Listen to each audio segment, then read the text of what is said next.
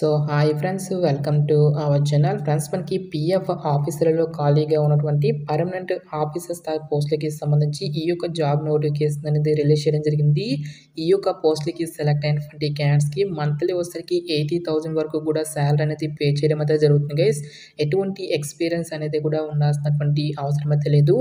Only 25 rupees మాత్రమే application fee అనేది pay చేస్తే సరిపోతుంది గైస్. ఈ విధంగా ఈ యొక్క నోటిఫికేషన్కి సంబంధించి కంప్లీట్ డీటెయిల్స్ అన్నిటినీ కూడా ఈ యొక్క వీడియోలో డిస్కస్ అయితే చేద్దాం. సో ఎవరు కూడా స్కిప్ అయితే చేయదు గైస్. ఫస్ట్ టైం మన ఛానల్ని విజిట్ చేస్తున్నట్లయితే కనుక సబ్స్క్రైబ్ అయితే చేసుకొని బెల్ ఐకాన్ కూడా యాక్టివేట్ చేసి పెట్టుకోండి. ఇంకా ఎవరైనా వీడియోని లైక్ చేయనట్లయితే కనుక డెఫినెట్గా వీడియోని లైక్ చేసేటువంటి ప్రయత్నం అయితే చేయండి guys. Okay, let's start the video. First of all ఈ యొక్క పోస్ట్లకి సంబంధించి ఇంపార్టెంట్ డేట్స్ విషయానికి వచ్చేట్లయితే కనుక ఆల్రెడీ మనకి అప్లికేషన్ ప్రాసెస్ అనేది స్టార్ట్ కావడం జరిగింది.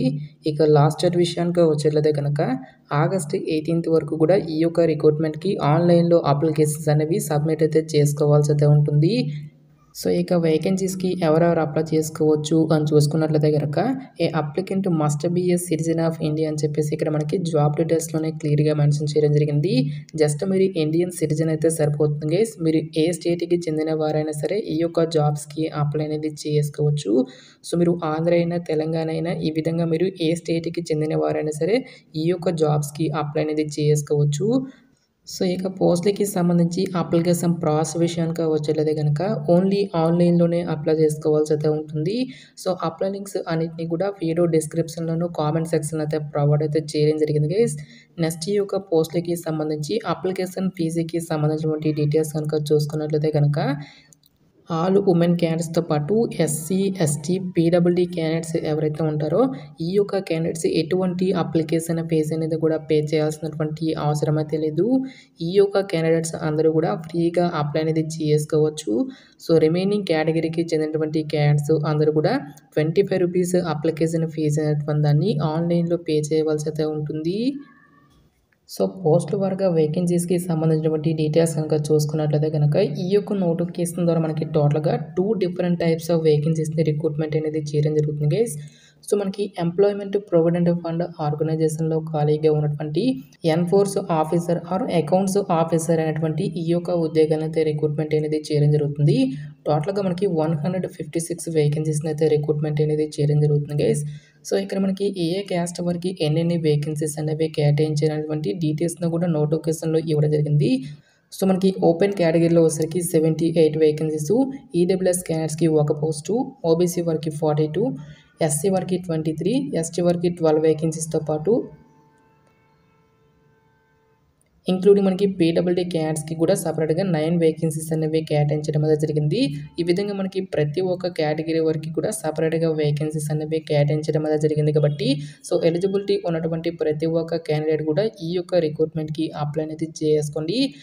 ఫస్ట్ ఆఫ్ ఆల్ ఈ యొక్క పోస్ట్లకి సెలెక్ట్ అయినటువంటి క్యాండిడేట్స్కి సెంట్రల్ గవర్నమెంట్ లెవెల్ 8 ప్రకారం మీకు అన్ని రకాల సెంట్రల్ గవర్నమెంట్కి సంబంధించి అలవెన్సెస్ అన్నీ కలుపుకుంటే దాదాపుగా మనకి 80,000 వరకు కూడా శాలరీ అనేది రావడం అనేది జరుగుతుంది. నెక్స్ట్ ఏజ్ లిమిట్ విషయానికి వచ్చేట్లయితే కనుక సో మీకు మినిమం ఏజ్ అనేది 18 ఇయర్స్ అయితే కంప్లీట్ అయి ఉండాలి. జనరల్ అభ్యర్థులు వచ్చేసరికి 30 ఇయర్స్ వరకు కూడా అప్లై అనేది చేసుకోవచ్చు. నెక్స్ట్ మనకి క్యాస్ట్ వైజ్గా కూడా మనకి ఏజ్ రిలాక్సేషన్స్ అనేవి ఉంటాయి కాబట్టి ఓబీసీ క్యాండిడేట్స్ వచ్చేసరికి 33 ఇయర్స్ వరకు, ఎస్సీ, ఎస్టీ క్యాండిడేట్స్ వచ్చేసరికి 35 ఇయర్స్ వరకు, పీడబ్ల్యూడీ క్యాండిడేట్స్ వచ్చేసరికి 40 ఇయర్స్ వరకు కూడా అప్లై చేసుకోవడానికి ఛాన్స్ అనేది కల్పిస్తూ ఉన్నారు. సో ఇక పోస్ట్లకి సంబంధించి అప్లై చేసుకోవడానికి మీకు ఉండాల్సినటువంటి ఎసెన్షియల్ ఎడ్యుకేషనల్ క్వాలిఫికేషన్ విద్యా అర్హత విషయానికి వచ్చేట్లయితే కనుక బ్యాచిలర్స్ డిగ్రీ ఎనీ సబ్జెక్ట్ అని చెప్పేసి ఇవ్వడం జరిగింది. సో మీరు ఏదైనా ఒక విభాగంలో జస్ట్ మీరు బ్యాచిలర్స్ డిగ్రీ అనేది కంప్లీట్ చేస్తే సరిపోతుంది గైస్. ఈ యొక్క జాబ్స్కి మనము అప్లై అనేది చేసుకోవచ్చు. సో మీరు బీకామ్ చేసినా, బీఎస్సీ చేసినా, బీటెక్ చేసినా సరే ఈ యొక్క వేకెన్సీస్కి అప్లై అనేది చేసుకోవచ్చు. సో ఇదే నోటిఫికేషన్ ద్వారా మనకి అసిస్టెంట్ ప్రొవిడెంట్ ఫండ్ కమిషనర్ అనేటువంటి ఉద్యోగాలను కూడా మనకి రిక్రూట్మెంట్ అనేది చేయడం అనేది జరుగుతుంది గైస్. సో టోటల్గా మనకి 74 నెంబర్ ఆఫ్ వేకెన్సీస్ని రిక్రూట్మెంట్ అనేది చేయడం జరుగుతుంది. ఏ క్యాస్ట్ వరకు ఎన్నెన్ని వేకెన్సీస్ అనేవి కేటాయించినటువంటి డీటెయిల్స్ను కూడా మనకి ఇక్కడ నోటిఫికేషన్లో ఇవ్వడం అనేది జరిగింది. అన్ని క్యాస్ట్ల వరకు కూడా వేకెన్సీస్ అనేవి కేటాయించడం అనేది జరిగింది గైస్. ఈ యొక్క పోస్టులకి సెలెక్ట్ అయినటువంటి క్యాండిడేట్స్కి సెంట్రల్ గవర్నమెంట్ లెవెల్ 10th ప్రకారం అన్ని అలవెన్సెస్ కలుపుకుంటే దాదాపుగా మనకి 1 lakh వరకు కూడా శాలరీ అనేది రావడం జరుగుతుంది.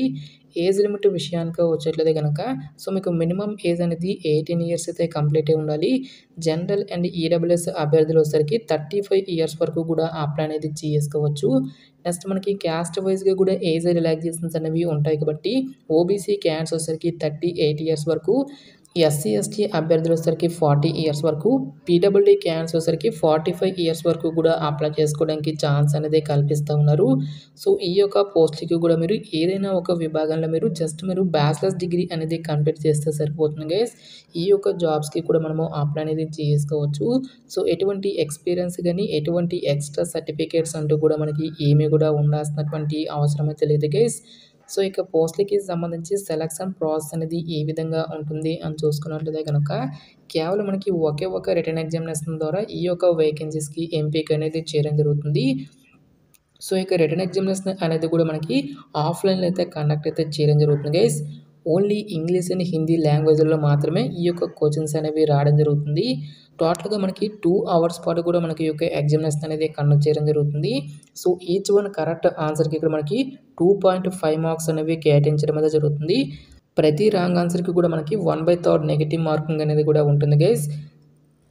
సో టాపిక్స్ కనుక చూసుకున్నట్లయితే కనుక general English, Indian culture, heritage and freedom movements, developmental issues and present trends in Indian economy, governance and constitution of India, general science and basic knowledge of computer applications, elementary mathematics, statistics and general mental ability అని చెప్పేసి ఈ యొక్క particular topics నుంచి టోటల్గా మనకి 120 number of questions అనేవి అడగడం జరుగుతుంది.